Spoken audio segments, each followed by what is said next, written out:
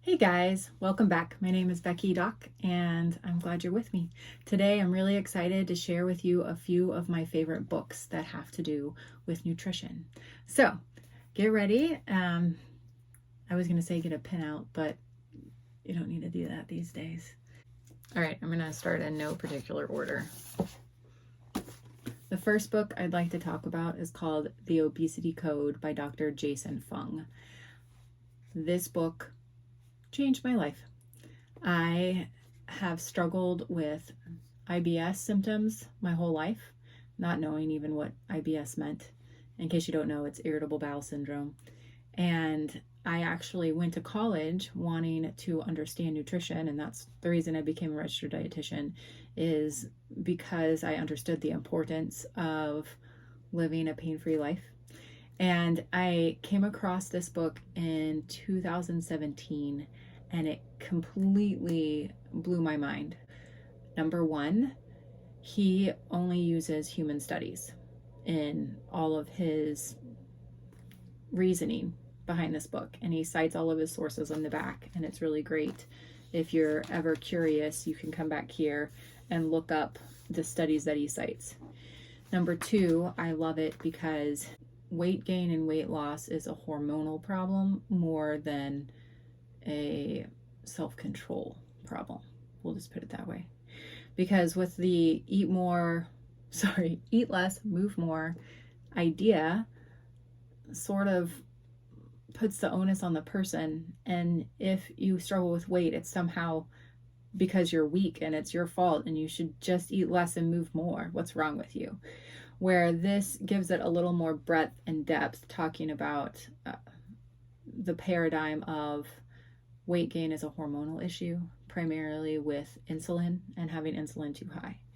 And therefore, we should eat an insulin-lowering diet.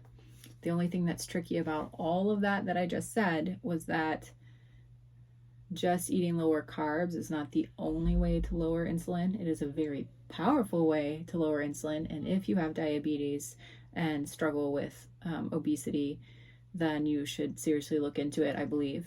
However, other things do contribute to the rise of insulin, including cortisol and other stress hormones. Check out the book. He actually is pretty funny too. So when you read it, there's some, he throws some humor in there. I love it. So that's book number one, The Obesity Code. It's awesome. Number two, The 40-Day Sugar Fast. Now, this is for all my people out there who are like me and have a really hard time with moderation and find yourself seeking those certain items of food over and over and over again.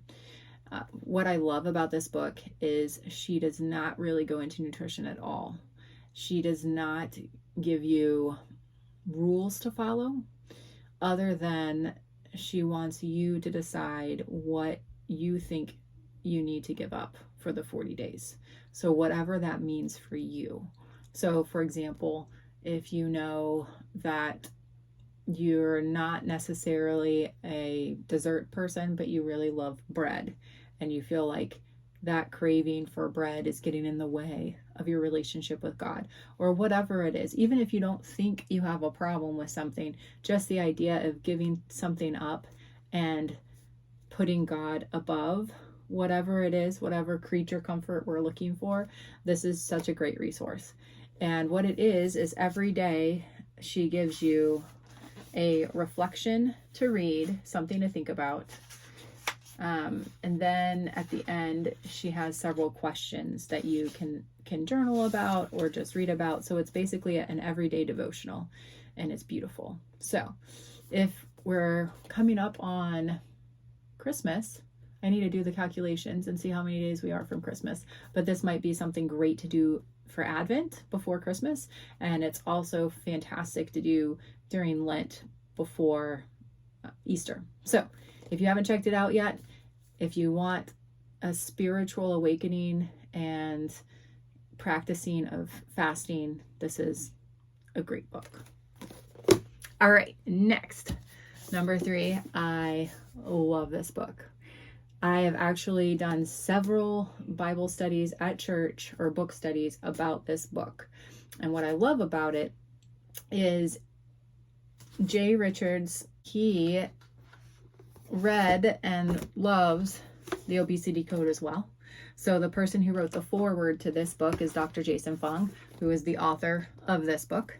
And so he takes the Obesity Code and he simplifies it even further.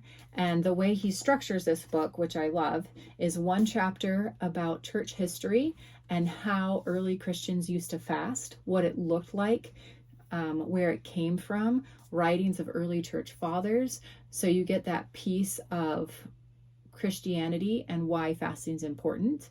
And then the other chapters, he explains why it's so hard for us to fast today with our standard American diet. And the reason that it's so hard to fast is because your body can run on either sugar or fat.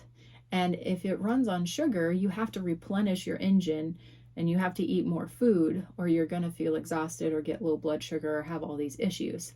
But if your body is able to transition between burning sugar and burning fat, then you can go much longer periods of time, because when you run out of the carbohydrates or the sugar in your blood, then your body can just tap into your fat stores and start burning those instead.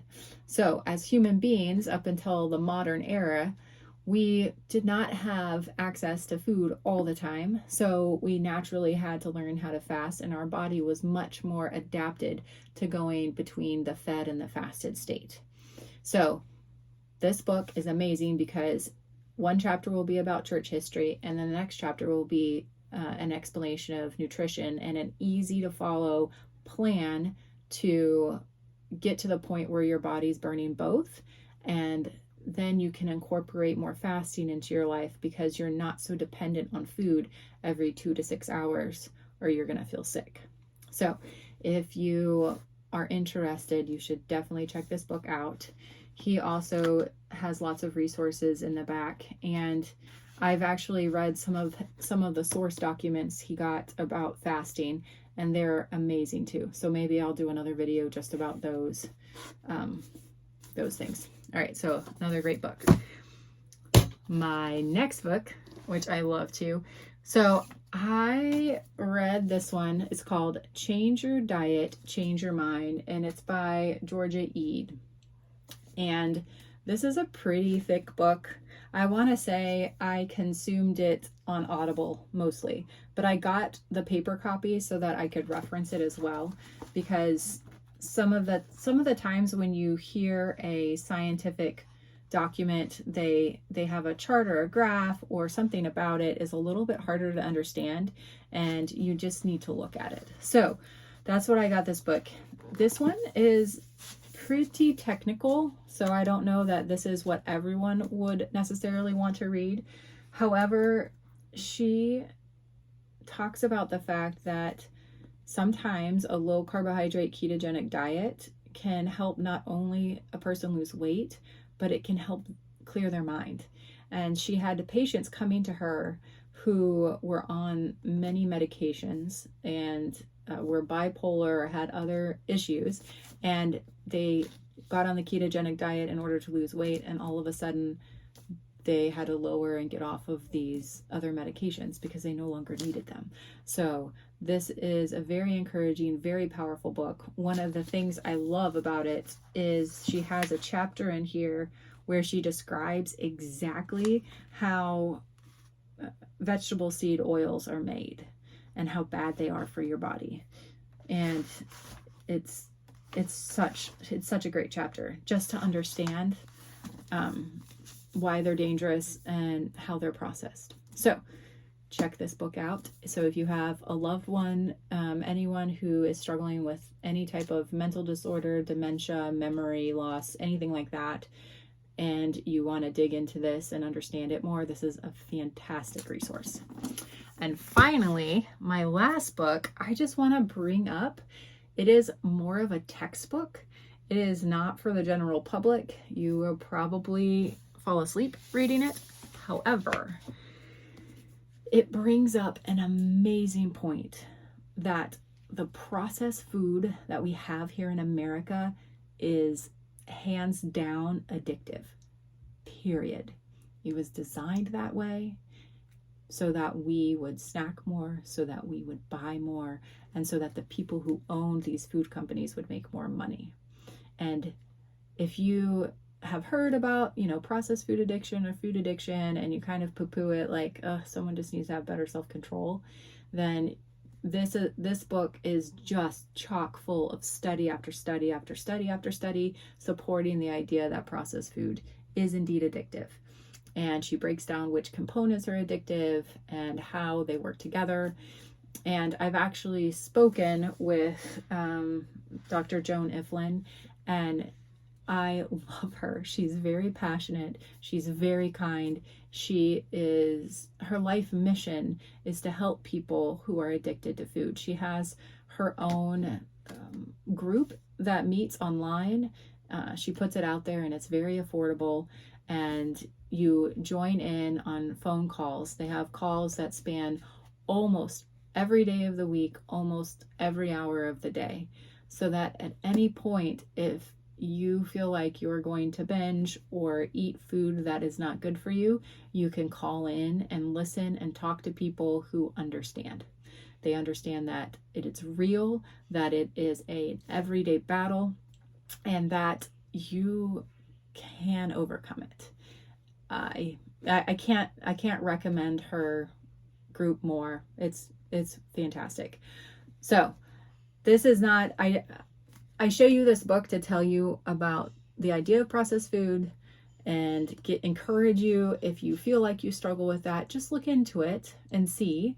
And that if you want really in-depth information, I mean, like, we're looking at like super small print here, people.